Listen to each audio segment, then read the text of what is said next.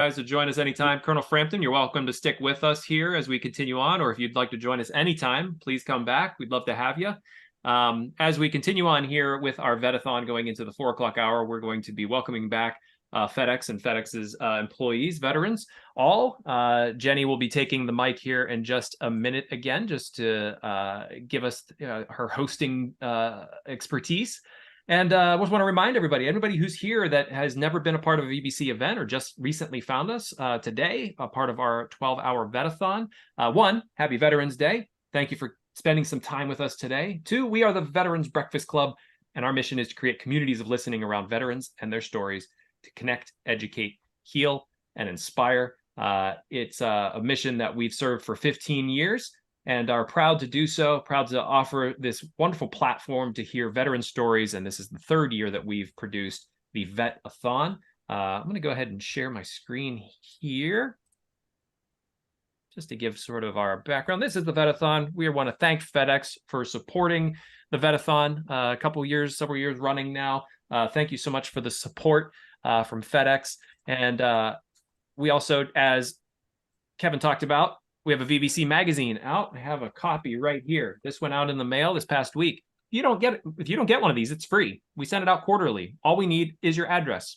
You can send that to Todd, T-O-D-D, at veteransbreakfastclub.org, or myself, Sean, S-H-A-U-N, at veteransbreakfastclub.org. And we'd be happy to send you out the magazine. Like I said, this just came out, I think, in the past week. So this is the newest issue. It will come out quarterly. We'll have another issue early next year. Please send us your address. Again, we'll be happy to put one in the mail for you. As I mentioned earlier, we have a podcast called Lioness, the Origin Story. Daria will be joining us in a couple of hours to talk more about the Lioness Project.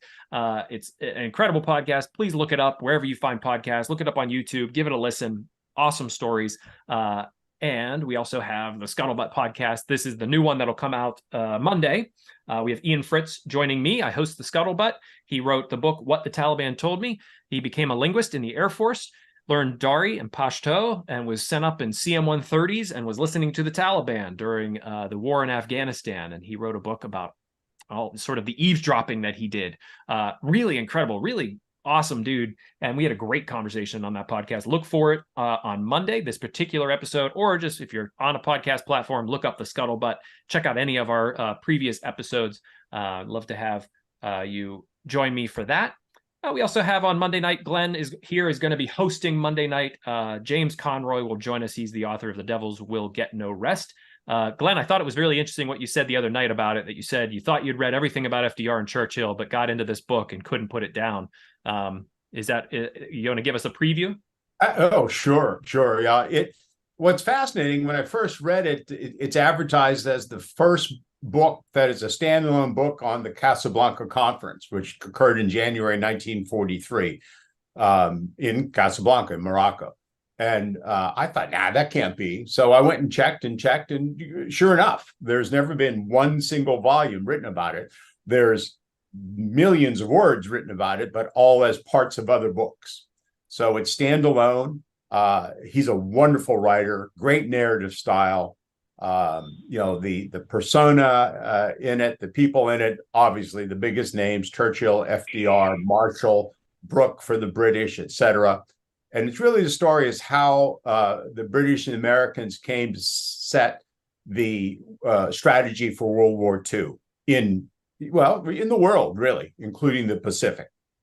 Because up until that date, there really was no well thought out strategy. Mm-hmm. So it's very well done. And he's a wonderful writer. Yeah, that's our Monday night happy hour program. That is our bread and butter. That come on, join us any Monday night, 7 p.m. Just use this Zoom link, pop right into the room, and you're going to hear military stories, military history, authors, historians, anything and everything, all ages, all eras. Non-veterans are encouraged to join us, such as myself, just to hear the stories, help bridge that military-civilian divide. It is a fantastic, and I will say this, even if it wasn't working for VBC, it is a fantastic program every single Monday. You're going to learn something. You're going to be inspired. And it's I can't say enough good things about it. So please join us any Monday night that you're available. Check out our website, veteransbreakfastclub.org, There you can view all of our past events. You can check out our upcoming online schedule, our upcoming in-person breakfast schedule if you're ever in Pittsburgh, or if you live here and haven't been to one. Those are our live programs. Those are a lot of fun as well. Hear live stories right in the room. You can sign up to be a member. It's only $36 per year. It just helps us, as we say, keep the lights on. But it always goes towards our wonderful program that we offer each week, week in, week out. As for now, going into the 4 o'clock hour, Jenny, welcome back. Thank you so much again for taking the mic.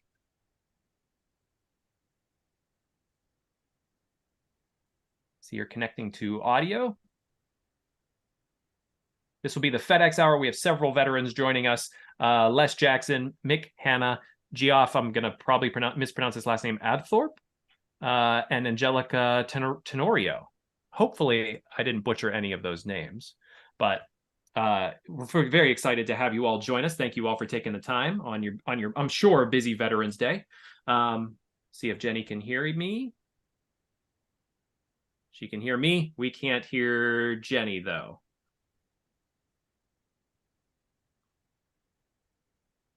That's okay. Not a problem. And we also have Chantal joining us again. Hey there. Good afternoon, everyone. Jenny and I were chatting back and forth a little bit. Think she's lost some audio, so we'll give her some time to catch up. Again, excited to be with this group again for our second hour. So thank you for joining FedEx. Thank you for joining our Canadian and our U.S. Employee Resource Group, which is our VetsNet group. And we actually have a couple of stories that we would like to share. So thank you again for being here. And I believe our first on the list is Mr. Les Jackson. Les? We have Les here. I'll go ahead and ask Les to unmute.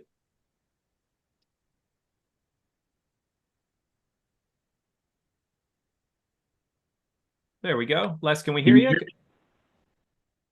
Can you hear me? We can hear you. Okay, awesome. Go ahead, Chantal, if you'd like. I'm here. Looks like I lost audio again, but I'm back on. Not sure what's going on. No, Okay, so one of the things that we wanted to do was make sure, because this is just so amazing just from the beginning, but we wanted to make sure that the way these stories were told were just as natural as they could ever be. I've heard some of these stories already, and so I'm excited to hear them again.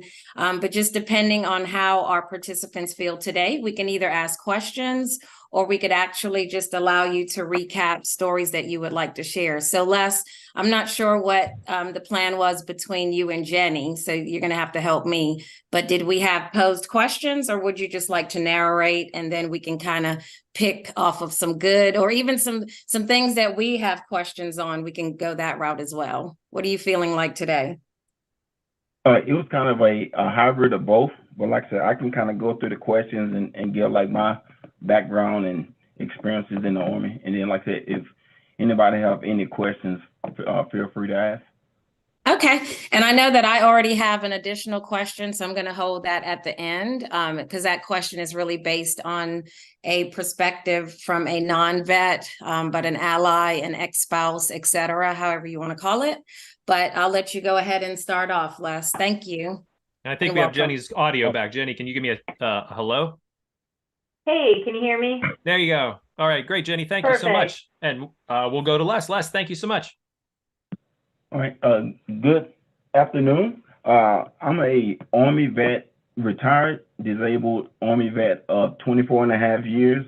Some of the questions I was asked to answer was what initially motivated me to join the Army.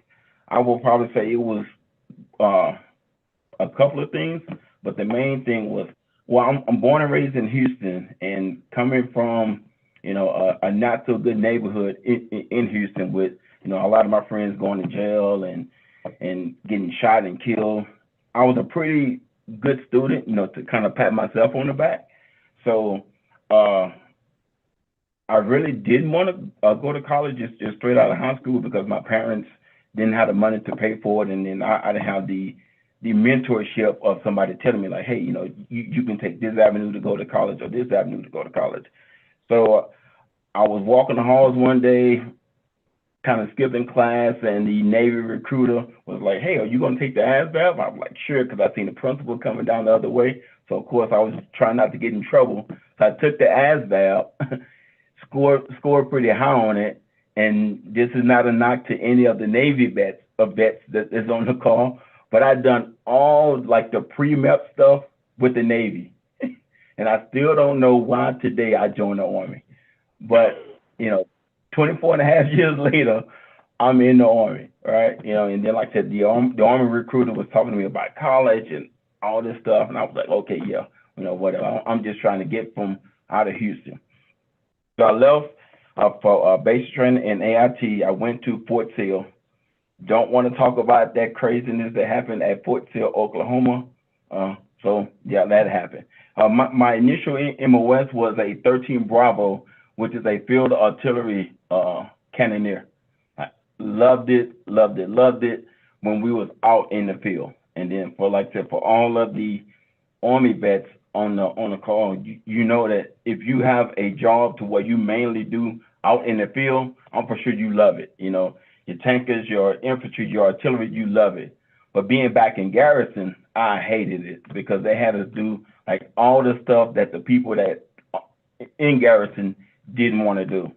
So when it was time for me to reenlist, I reenlisted as a 54 Bravo, old school, or now a current 74 Delta, which is a CBRN specialist, chemical, biological, radiological, nuclear specialist, or for short, a chemical guy. And for most of y'all out there, the guys that put on the mask and put you in the CS gas and wear the mop suits. Absolutely loved it. Because I was from being an artillery guy, you can only go to like certain duty stations. But as a chemical guy, I went all over the world. And I was actually stationed, like one of my best stations was being stationed at Aberdeen Proving Ground in Maryland. It was me and 4 other green suiters in this whole organization of about probably like 150 civilians. And it opened my eyes to the whole concept of the military service and not just the Army, because before then, I only mainly dealt with Army guys and a few Air Force guys, within my MOS, but actually going to Aberdeen Proving Ground and dealing with the civilian side of the military or of the Department of Defense. It opened my eyes to how great and wonderful we are as a country. What rank was I the most proud of earning and why? I would say 2. I would say initially earning E5 sergeant because I was a 13 Bravo at the time, and I thought I was a pretty good soldier, pretty high speed soldier. So I would always get passed up for the waivers, even though I volunteered for everything. And even though my buddies told me not to volunteer, but as they say, after my first year, I drank the Kool-Aid. I was all in on the Army. I knew I was going to stay for 20 plus years. So I was trying to get promoted, but never got promoted on a waiver. And I remember I had a corporal to tell me like, hey, once you make specialist from E5 to E6, it's all on you. And I took that to heart because in the Army, when you get promoted to E5 and E6, of course you have to go to a promotion board, but you also have to do certain things on your own to get promotion points.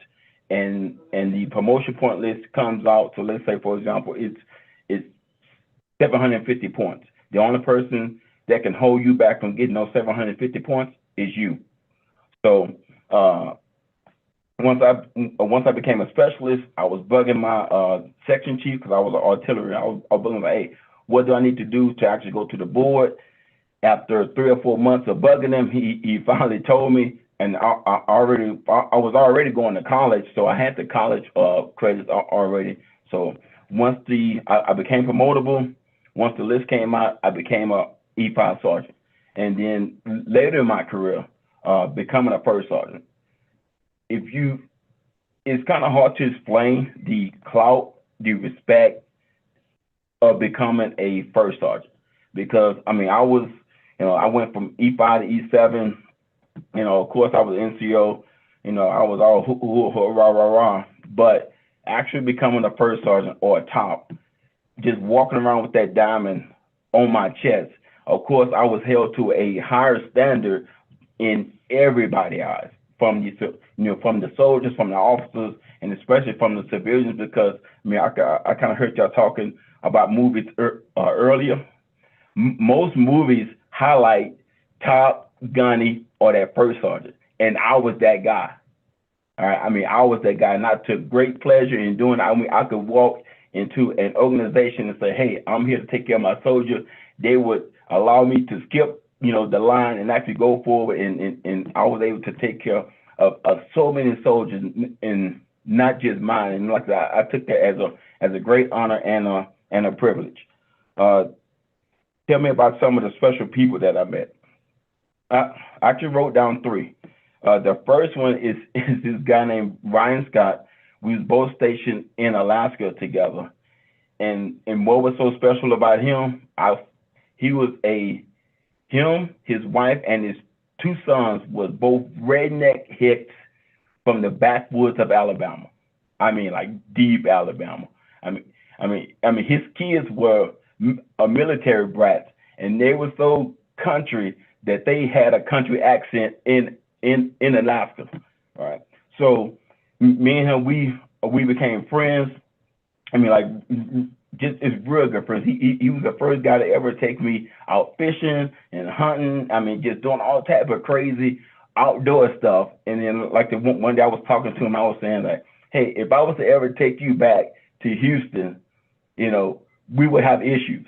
Because he's a white country dude from Alabama. I come from a not so good neighborhood in Houston, and he was honest to tell me like, hey, if I was to take you back to Alabama, we would have issues, because he was he was raised from a racist family in deep Alabama, and I would never forget him and the experiences that we had from just our family, and just the stories that he used to tell me about, just some of the crazy stuff he grew up around. And then he was in awe about the crazy stuff I would tell him that I was growing up around. The second guy is Sergeant William Price, who's actually my best friend today. And this guy, he was deployed a couple of times. He had real bad PTSD, and he was my platoon sergeant. So one day, and I'll tell you this short. So one day he missed work. So I called him up, and so I had 8-9 years in the Army. After I became E5, I fast tracked to become a first sergeant. So I had I was the first sergeant 8-9 years in the Army, and this guy was an E5 sergeant with 18 years in the Army. So therefore he missed formation. I called him up, and he just give me the business. He was telling me hey, I got boots older than you. He's using every cuss word known to man, telling me if I come by his house, just all the crazy stuff he's gonna do to me, right? And at the time, I didn't know that he had PTSD. I knew he had issues like most people in the service have issues, but I didn't know that he had PTSD that bad. So I'm like, dude, you don't know who I am. So I go by his house. He got all these crazy people at his house, all these 3 people just at his house. I go, I get him. We go back to my office. My commander is blowing on my phone hey, first time, Sergeant Price, he got issues, such and such and such. So we sit him down, and come to find out, he didn't take his medicine for 3 or 4 days because the pharmacy was giving him the runaround on his medicine. So we got that stuff straight. The next week, he came to me, he was crying and apologizing. And, of course, I was still brushing him, nah, hey, Sergeant, such and such and such, So probably for the next 2 to 3 years, we used to go eat breakfast together, and we became the best of friends. I was his best man at his wedding. It was his girlfriend at the time, his wife now. She still thanks me today for getting him out of that crazy stuff he was in. And sometimes, he'll call me and tell me how, I literally saved his life. And at the time I didn't know, but he was involved in some crazy stuff, right? I mean, like some crazy illegal type of stuff, but he was still in the Army.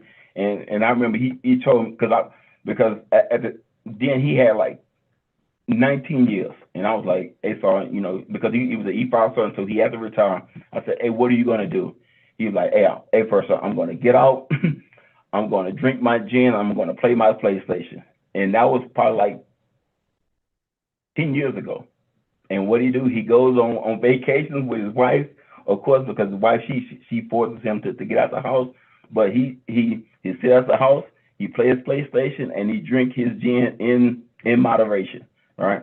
And then the last one is my brigade Sergeant Major Moulton. When I switched over to become a Seaburn guy, I was a E5 at the time, and he was our commandant over our NCOA school. And for some reason, this guy took a liking to me. I mean, every little thing that I done wrong, he was always just jumping him. I'm like, what does this dude have against me?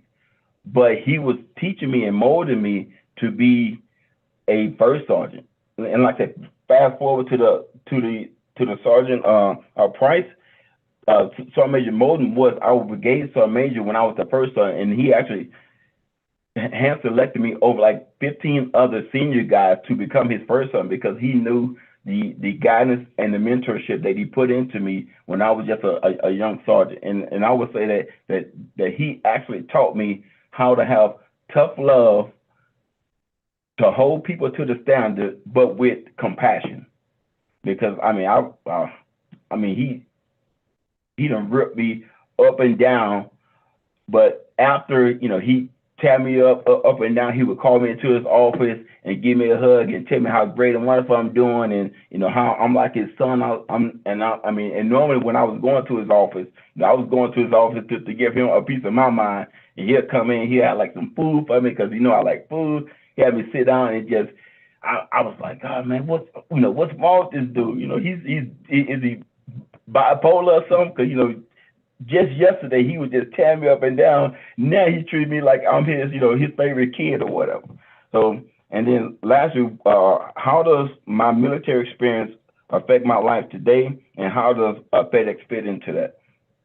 I mean, and like I said, not to pat myself on the back again, but I think because I'm a ops manager here in El Paso, I approach the job as an ops manager the same way I approach the job as a first sergeant, or just my whole time in the Army. I have a saying that, well, when I was in the Army, I said privates are people too, and I have a saying that package handlers are people too, because I noticed that in some cases, the managers kind of overlook the actual workers, you know, for whatever reason, you know, that they're stressed because their boss is on them or whatever the crazy is. So, you know, they're just trying to get the job done. We just trying to get the packages loaded and out the door.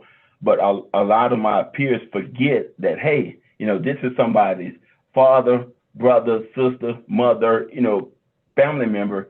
And just how we come to work, you know, to make money to go and feed our family, they're doing the same thing. And they're just at different points in their life. And that's the reason why they're not the manager and we are. So like I said, I just try to treat everybody like they are a person, and just showing compassion, and just showing compassion to the package handlers, the contractors, and also to the owner of that package. Because at the end of the day, that's how we make our money, by having good customer relations, by whoever has ordered that package.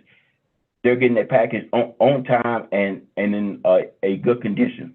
And then just last but not least, just being punctual and on time. I mean, I had a hard time dealing with that at first with FedEx, because you know, in the Army, if you're not early, you're late. But you know, after a lot of mentorship and talking to from my SWAT manager, and they kind of told me like, hey man, you know, you're not in the Army no more. Just as long as they clock in 3 minutes before and 3 minutes after, hey, you know, these people are still good. So that's all I have as far as my story. So if you have any questions, I'm more than happy to answer any questions. Well, Les, I think you did a great job answering pretty much what I was going to be asking you. So thank you so much for sharing that. I love how you shared what the one person who really meant a lot to you, and then how you were able to take those principles and now just use it in the job that you're doing today. So thank you so much. Now we're going to move on to Mick Hanna. He is actually really glad to have him join us today. He is from FedEx Custom Critical. So different operating company than us, but we're glad to partner because we have veterans all over. So Mick, if you would just go ahead and introduce yourself. I believe you're a supervisor. You could let us know what you did, and then just branch of the military and how long you served. Hi, folks. I was in the Australian Army for a bit under 25 years, and spent virtually the whole time as an Armored Cavalry Commander. Did a couple of deployments to, well, let's go back to the start. I graduated from the Royal Military College in 1989 in Australia, went to Armour, selected cavalry, and then spent the next few years figuring out what that all meant. The first question, I guess, was what motivated me to join the military, and that was certainly my father. He referred to me after I finished high school as an unguided missile. I didn't know where I was going, but I was going really fast. And so he kind of nudged me towards the military, and I dipped my toe in the water by joining the Army Reserve in Australia, and did that did officer selection for 12 months or so, and liked it so much that my father sent me an advertisement out of the newspaper in the post with a application form for the Royal Military College, and said, "Have a go at this, you mug." So I filled out the form and did all the testing and managed to get through all that. And it certainly turned me from a knucklehead to a grown man pretty fast.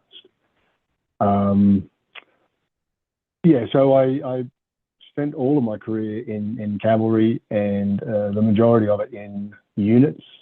I had a couple of deployments. I went to Somalia in 1993 as part of Restore Hope. As a young man, that was certainly an eye-opening experience, akin to Mad Max, really. It was like nothing I'd ever seen before. And then I did a deployment, peacekeeping deployment with the UN to East Timor in 2000. And then I was fortunate enough to get a couple of gigs instructing in the US. So on exchange, I instructed at Fort Knox at the school, or the Armour Centre, on the Captain's Career Course, which was a really fantastic job. Great, fun, rewarding, fulfilling job, teaching young professionals how to be better at it. And teaching people who want to learn is a privilege. It's brilliant. So I always enjoyed being able to give people the nuggets that had been given to me. And so I liked it so much, I later applied and got accepted to instruct at the US Army Commander General Staff College at Fort Leavenworth as a colonel.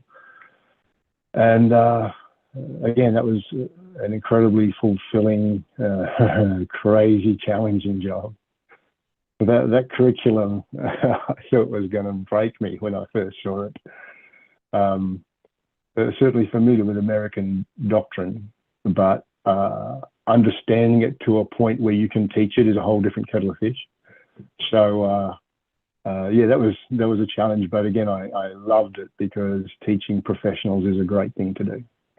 And while I was there in Leavenworth, I met my wife, who's from rural Ohio, and here I am, ta-da, in FedEx in rural Ohio. So it's certainly been an adventure. I would say in relation to how it applies these days, there's two things. Firstly, I think most veterans will understand about how big your experiential envelope is. Because generally we've slept less, walked further, eaten worse food, been wetter, been colder, than most people. So we can generally cop a bit more on the chin than the average Joe because we've taken a few hits in the past. The other thing I think we bring to FedEx writ large is I'm a big proponent of servant leadership, and it is a thing that some people think is quite foreign, but I think most of us have served understand that without followers there are no leaders.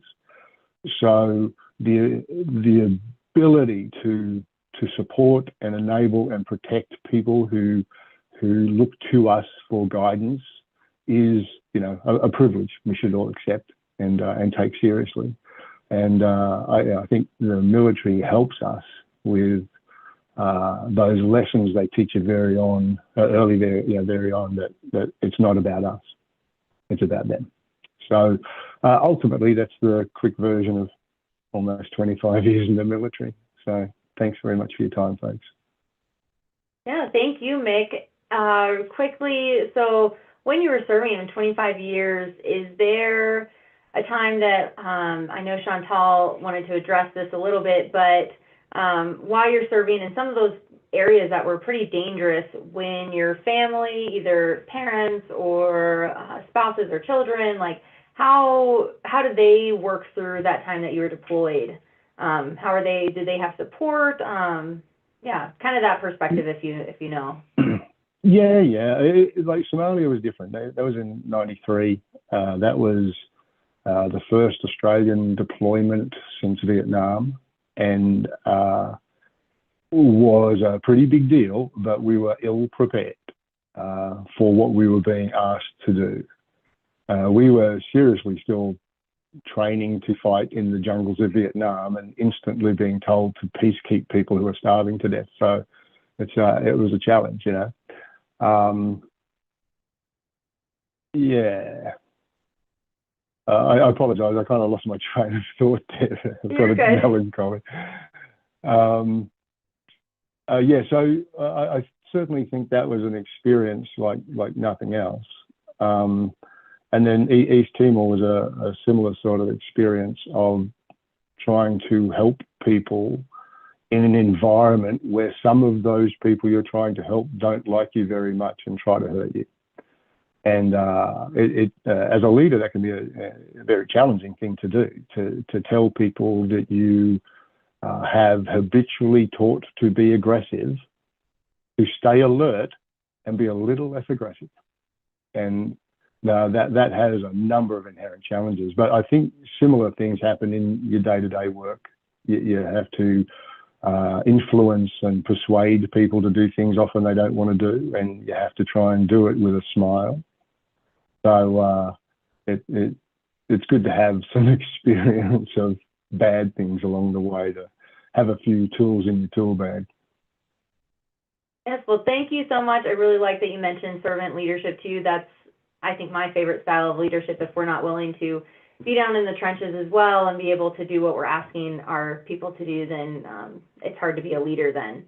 Our next person we have is Geoff Abthorpe, and I see that you've been on the call for a little bit. I will ask you to unmute. There you go. All right. And is my video showing too? It is. Just out of curiosity. Yes. Do I look handsome?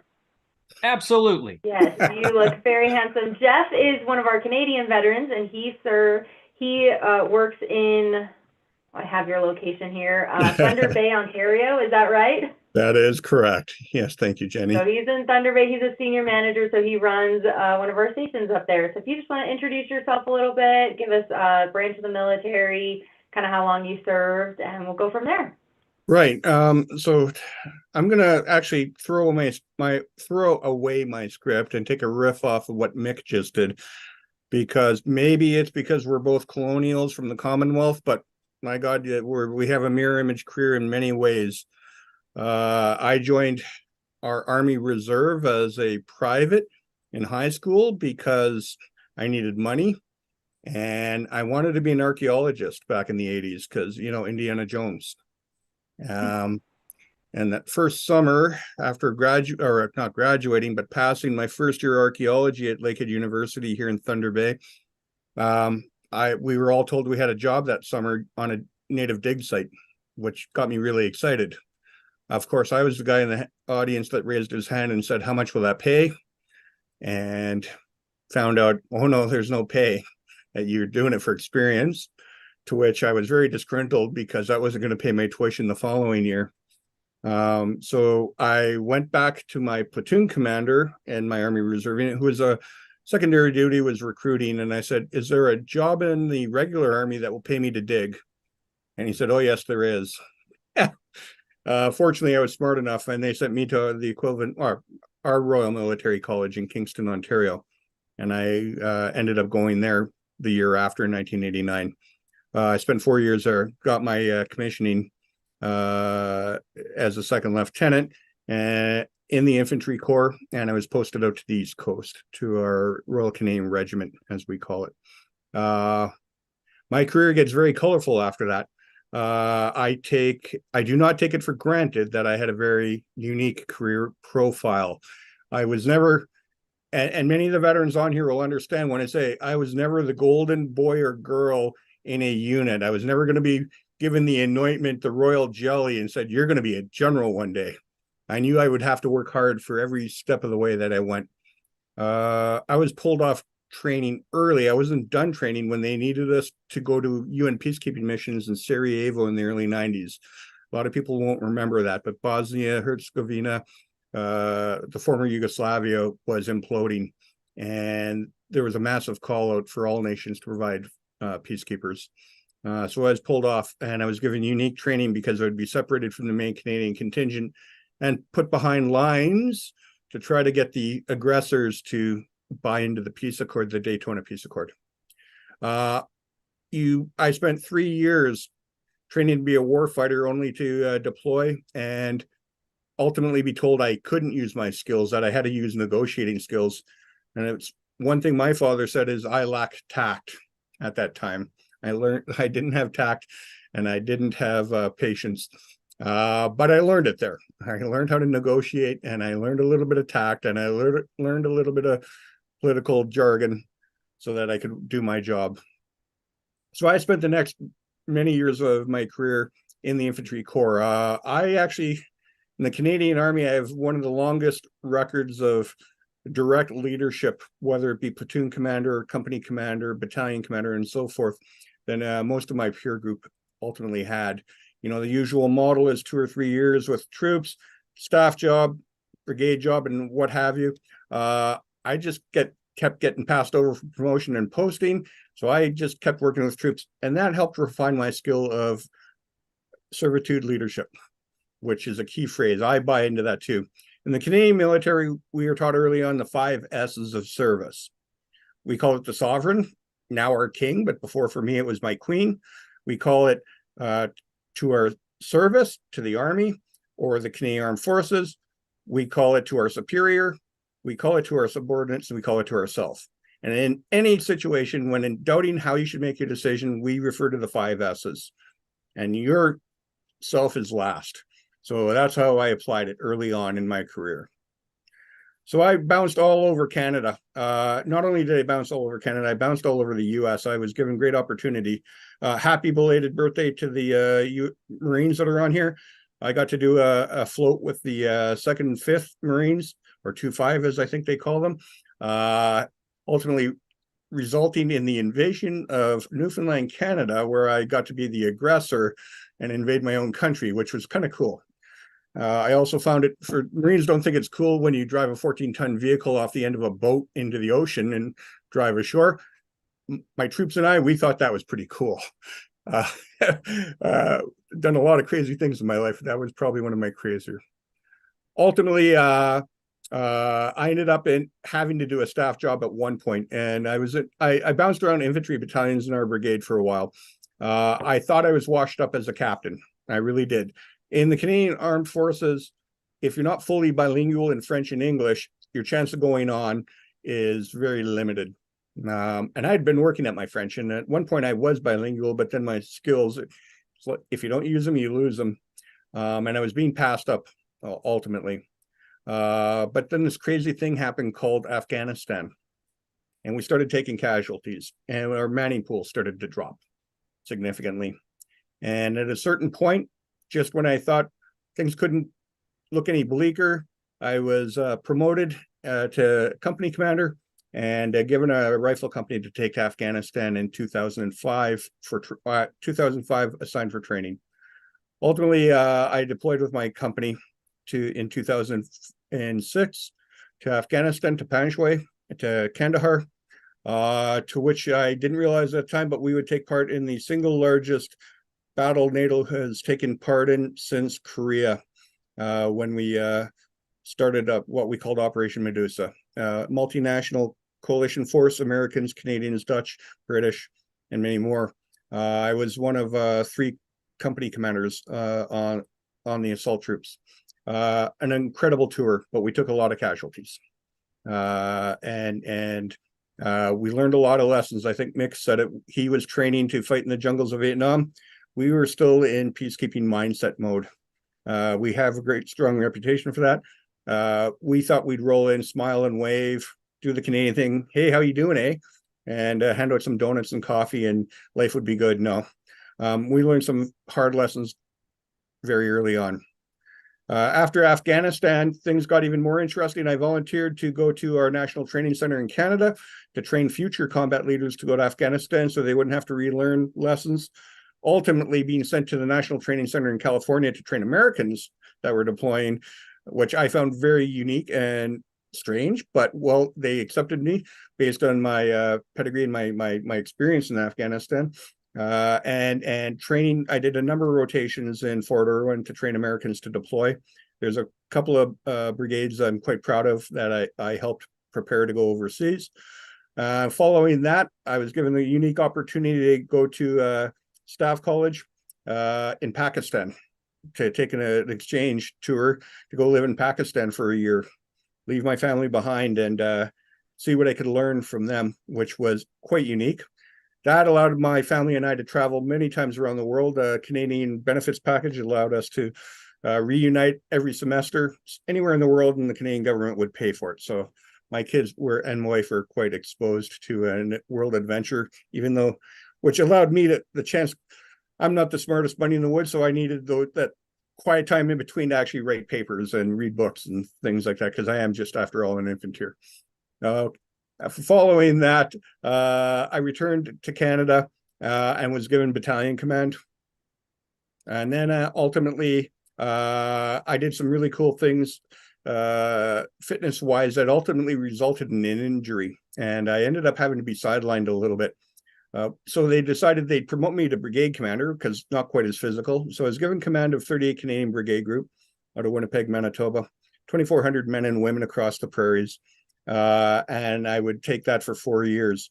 During that process, worked with a lot of Indigenous to expand our Indigenous programs to get more recruitment into the Canadian Armed Forces. And then from there, ultimately, they decided they were going to send me to general school, which I really had a question why they were going to do that at the end of the day, but I wasn't going to look a gift horse in the mouth, as we say, and I accepted it. But through that process, while I was down at the school, COVID hit. And while COVID hit, I also started to get letters saying that I was going to be medically discharged from the forces for an injury I received in my leg. Things started to come together quite quickly for me. And in the end, while I was writing my last master's paper at home remotely, I knew I'd have to look for jobs. I put out 5 job resumes for the first time in 32 years because I was in the Army that long. And I put 6 resumes out in the span of weeks. 5 were not acknowledged at all, which really frustrated me completely. I'll tell you what, FedEx I saw this weird advertisement on Indeed. I said, what the hell? I'll throw it in. senior manager. I have no clue what that means. I don't even know. I know what FedEx is, but I have nothing about logistics. I'm just an infantry guy. Logistics, for logistics people on this call, logistics just happens. Bullets, beans, and bombs just show up in your position. You get resupplied, you get fed. You don't know how it happens. Little L's show up and things happen. That's how I look at it. Well, I tell you what, FedEx acknowledged receipt of my resume immediately. Next day, our district HR woman called, said, hey, there are 25 candidates. The DMD's reduced it down to 8. He wants to interview you. Can you be available for an interview 2 days from now? I said, sure. To which, of course, I Googled everything I could about FedEx, had stickies all over my computer screen and so forth, which none of that mattered. And now that I know how FedEx does its hiring program, which is a wonderful program. And 2 days after that, I was being phoned and given a job offer, to which I jumped at. I was still serving at the time and ultimately had it released, but FedEx was really good about that. I started with FedEx and there was an overlap, but we're allowed to do that in Canada, which is good. So like a couple of other people said, I bring a lot of skills. My boss told me right from the get-go, he wasn't hiring me because I knew nothing about or knew anything about logistics. The small station in my very small town of Thunder Bay, the people hated each other. It was imploding. It was failing every metric you could under the sun. Inbound, outbound, everybody hated each other. And it was just a miserable place. And he was bringing me in for my leadership to turn it around. And that I could do. I didn't have to know all the metrics. And it was a steep learning curve for me for all that. But I do know people and I know how to get the best out of them. And within a year, we were turning it around and we had opened up a brand new multi-million-dollar station here. And things just kept getting better to better. And my bosses liked me for the last 3 years. I know I'm running short on time. Some of the proudest moments I've had in the military, while in Afghanistan, I earned what we call the Meritorious Service Medal for my actions in combat. I'm proud of that because it's not, I didn't earn it. My soldiers earned it for me. I asked them to do things that many would not have wanted to do, but I did it at their side. And we ultimately took objectives that nobody else could take. And at the end, not everybody gets a medal. I got the medal, but as all 165 men and women that have served under me in that particular scenario know, they all should be wearing it. And I'm proud of that. Conversely, one of the parts that's hardest for me, I am from Thunder Bay. I joined the Army to leave Thunder Bay, like many small town people, like I think Les at the beginning said, get out of Houston. I needed to get out of Thunder Bay. I just wanted to get out and see the world.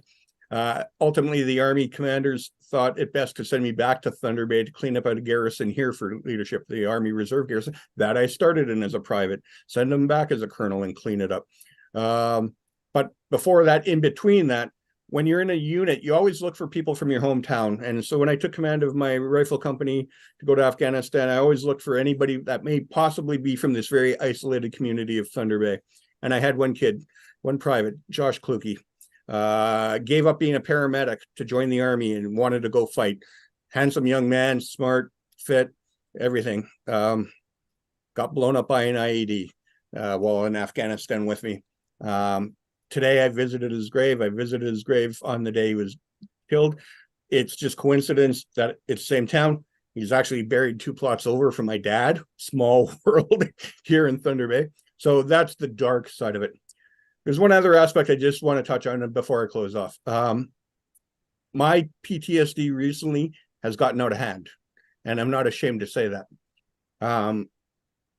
I've been in denial. I've helped a lot of soldiers in the last 10 years. You know, almost ordering them. Ordering them because they still call me sir, but go get help, go get help. Well, I was always in denial because I'm the boss. Well, it took a bit of an intervention from my family and my friends and finally got some help, some testing. And I got to go away for 8 weeks for some treatment. FedEx is amazing. You know, I'm kind of reluctant to go to your boss, your DMD, and say, hey, boss, I got to get locked up because my brain's a little funky right now. Well, not a problem. He said, when are you going? I said, well, peak's coming up. So I'm thinking after peak, he goes, when are you going? Like, are they calling tomorrow? I said, well, no, I don't have the call yet. If they call tomorrow, you're gone tomorrow. And when you get back, you have a job. So that's good. They did call. I'm not going until 23rd January. So I get to take my team through peak, which is great. Of course, we're doing a transition in Canada to one FedEx or FedEx. We're not going to be called FedEx Ground and Express in Canada anymore. We're going to be Federal Express Canada, one company, one team. I won't help them through that transition. I'll come back just as it's wrapping up. I feel bad about that, but everybody knows I'm getting the help I need. So don't be ashamed of getting the help you need when you need it. So thank you for your opportunity. Thank you so much, Geoff, for sharing that, and that you are just taking those steps to really care about you and to take care of your mental health. Like, we're so glad that you're using those resources, and a lot of people will put it off, so we're glad that you're able to take your own advice and to get the help that you need. So thank you, and thank you for being willing to share that story. Our last person we're going to switch to is Angelica Tenorio. She is a senior office admin for the Mountain District, I believe. You can correct me if I got that wrong, Angelica. And if you just want to go ahead and introduce yourself and what you did with the military. Hi, so my name's Angelica Tenorio. I decided to join the Army after finding out in high school there was a internship opportunity with the DEA. And one of the things they told me was that you have to know that your family's not going to know about your whereabouts. If you get killed, they may not receive your body for proper burial. Just wanted to, like they told me, this internship, you're going to learn things, but after you graduate high school, that's what you're facing. And I couldn't do that to my mom. I couldn't do that to my family. So I decided to join the Army and went to basic training the summer of my junior year, after completing my junior year in high school.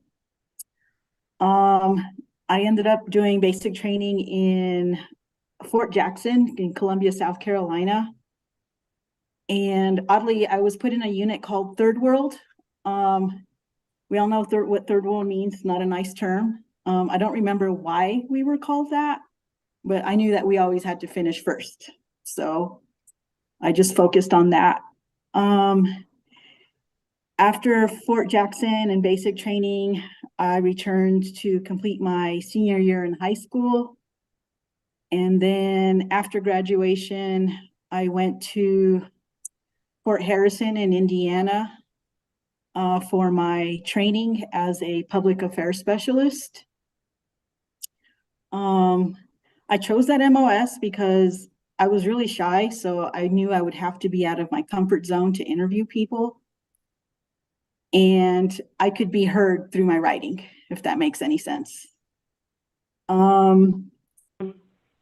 Let's see. The majority of my time in service was just spent all over, like overseas in the US. It was just all over the place.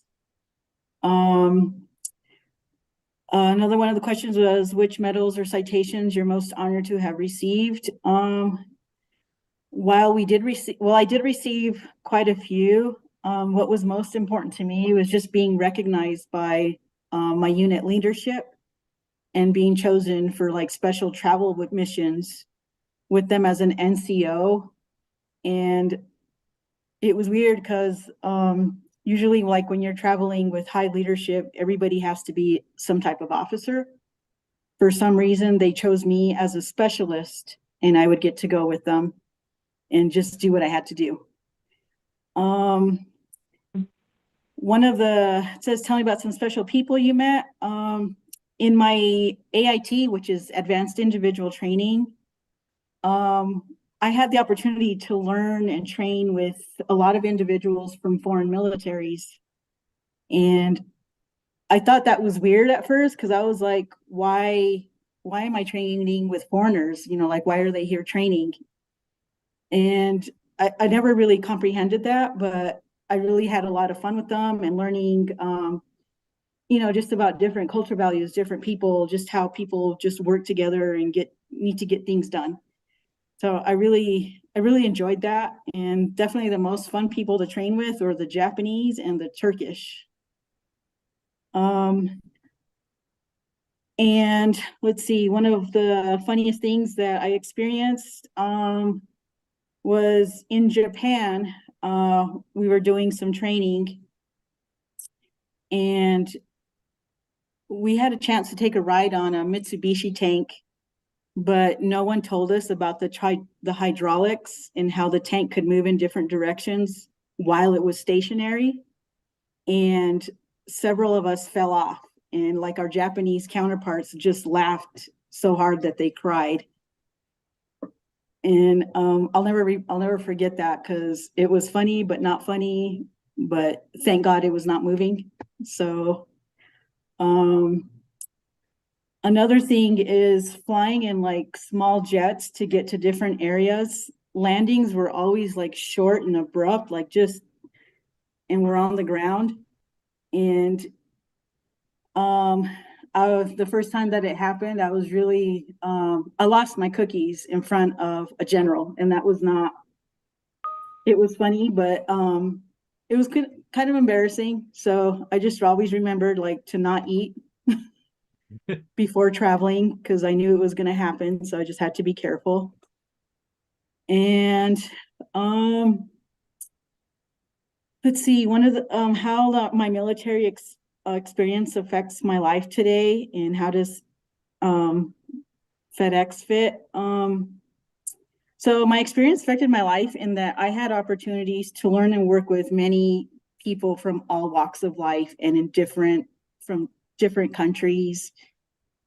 And so I found like in America, it's really hard, and some people may disagree with me, but it's really hard. Like a lot of people view Americans as ugly Americans. But once people got to know you and like that you're human, that you're not this person or this negative person that, you know, I don't know how to explain it, but once people figured out like you're just a normal human being, that just really helped me like deal with like the adversity that in our life that we face either here or in abroad. It just really made me like stronger mentally. And I bring that like to FedEx because we work with people from all walks of life, from different age groups. I mean, you could be working with somebody who was a lawyer and who's now a coordinator. It's just you're working with so many different types of people, and my experiences in the military and abroad just helped me like be able to relate and get the job done regardless of where they're coming from, or you know, it's just really hard to explain, but it just helps me like, I mean, I bet you I know everybody in the military knows that we've had to be resourceful with things that we had or didn't have. We just had to be resourceful and get the job done. Whether we were hungry, were we cold, whatever it was, we had to get the job done, and we figured it out. And that's what I bring to FedEx. And it's just really helped me because a lot of times coming into my position, I've only been with FedEx for 2 years, and 1 year has been with the Mountain District. And I've been told to, I need this done. I need this report. I need that. And I just had to figure out how to do it. Cause I don't want to bog anybody down. I just figure out how to do it. And that's because of like what the FedEx, the internet website, you can search. There's people that you can call and they'll help you. I mean, I've called a lot of people for help and no one's ever turned me down. And I just figure stuff out and, you know, ultimately get the job done for our customers and getting that package, which is ultimately the most important thing, is to get that package to the customer. So I know my stuff's a little bit brief, but that's what being in the military and bringing it into FedEx is, just that resourcefulness, the work ethic, and just completing tasks above and beyond. Yeah, Angelica, thank you so much. And you touched on something too, of just seeing the person behind what everybody just sees at first. And I really like that you talked about that, because I think society in general, whether it's Americans or other societies, that we all just need to recognize the humanness of everyone. So thank you. And Sean, that's all we got. So I'm going to pass it off to you. Jenny, thank you again. Exceptional, really wonderful stories over the last hour, and then really wonderful stories over the last several hours here with VET-A-THON as we continue on. I was so excited to, and there's our World War II veteran who's joining the room. He's going to be joining Glenn, who hosts the next hour. Jenny, I just want to again give you a round of applause. Thank you so much for being a part of this. Les, Mick, Angelica, Geoff, a pleasure that you were all able to join us, spend some time with us. It was an honor to hear your stories today. And again, an honor to have FedEx be a part of this. Thank you so much for supporting the VET-A-THON and being here. Chantal, great communicating with you. Thank you for navigating all this and getting it all together. We just really appreciate the support. Yep, thank you. Of course. Thank you again to everyone. Thank you to our FedEx folks, those that are not FedEx, and we are so excited. We're going to stay and listen to a lot more. Have a good day, everyone. Happy Veterans and Remembrance Day. Thank you so much. Yeah, we're having veterans on. We went global, Todd. We're global. We're just bringing everybody on, everybody into the room. It's such a pleasure. We're gonna have a couple 100-plus-year-olds joining us in the next couple of hours. Todd's going to be taking over the hosting duties here at the 5 o'clock hour. But again, we are the VBC, Veterans Breakfast Club. You can check us out at www.veteransbreakfastclub.org. Our mission is to create communities of listening around veterans and their stories to connect, educate, heal, and inspire, certainly serving that mission today and always. We have a VBC magazine. If you don't get it, it's because we don't have your address. Please go to our website. You can sign up for it. We're happy to send you out a copy.